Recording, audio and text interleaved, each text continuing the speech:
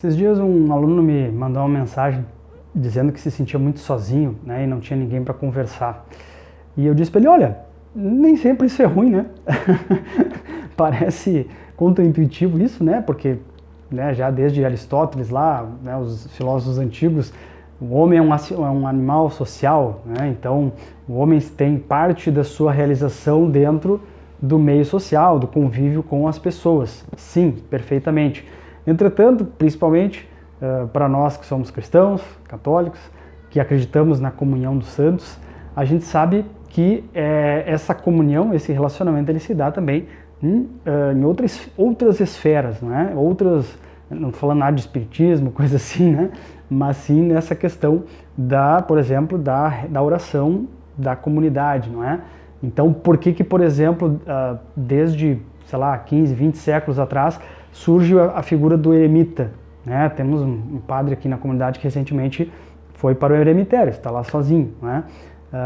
Simplesmente porque existe esta necessidade, esta vontade das pessoas estarem mais em união, né, com Deus, ou buscar mais a união com Deus. Então não tem nada ligado ao mundo, tá? Não sou um especialista em eremitas, em vida monástica, etc. Mas assim, bem por baixo, é isso que acontece, não é? Porque a pessoa quer simplesmente se afastar do mundo, mas sobretudo estar mais ligada, mais unida ainda à religião, não é?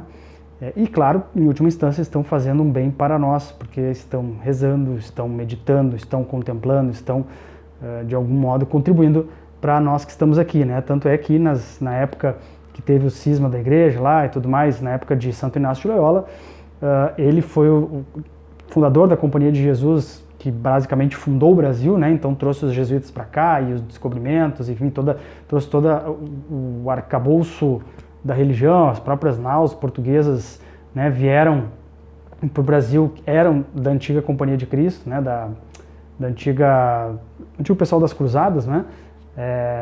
Agora me fugiu o nome, mas enfim, aí vieram os jesuítas logo na sequência, ou seja, Santo Inácio foi um grande desbravador do mundo, né? Então tanto mandou gente para cá, como o próprio São Francisco Xavier foi, entre outros, né, foram para o lado do Oriente.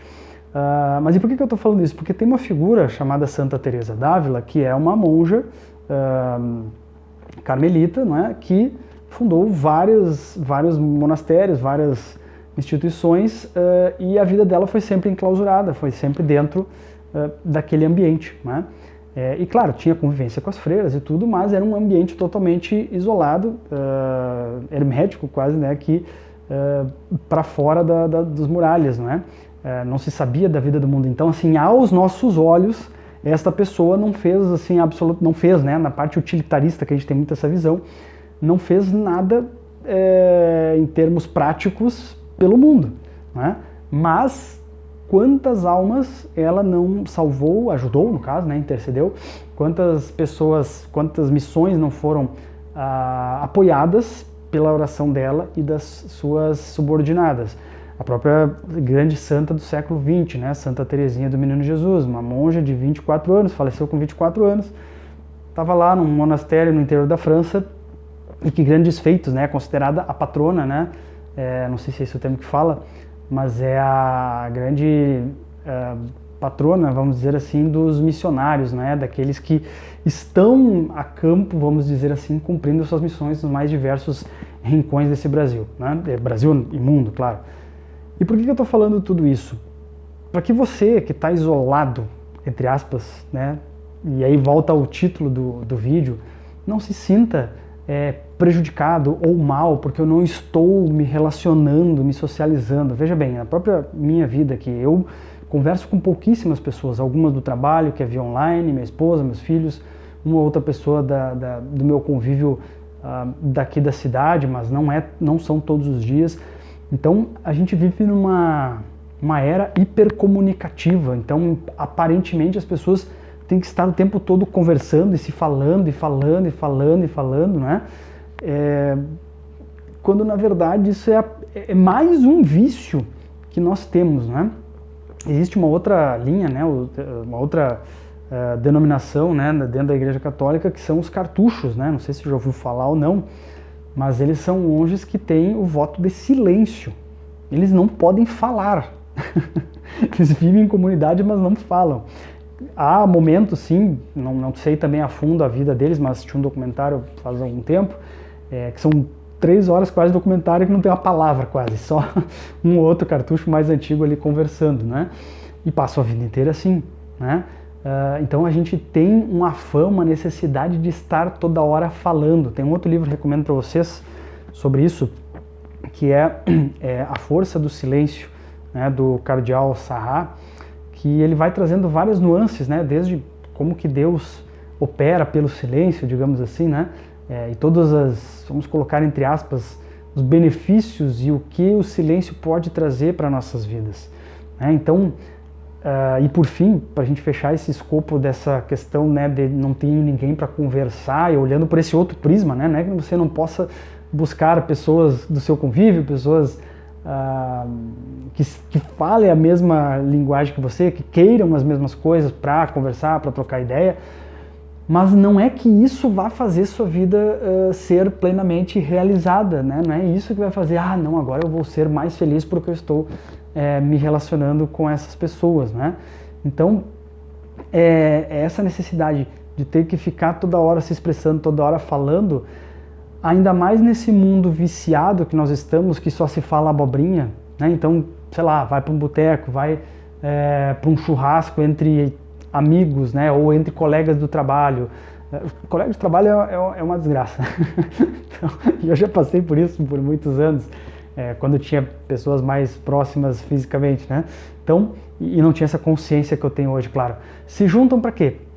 Para falar bobagem, para falar mal do chefe, para reclamar do trabalho, para reclamar disso, para não sei o quê, porque tá ruim isso, porque a mulher do fulano é ruim, porque a minha esposa tem esse problema, porque não sei o quê, porque lá em casa é assim, porque eu jogo videogame, porque aí compartilha no grupinho de WhatsApp lá, videozinho de mulher, e enfim.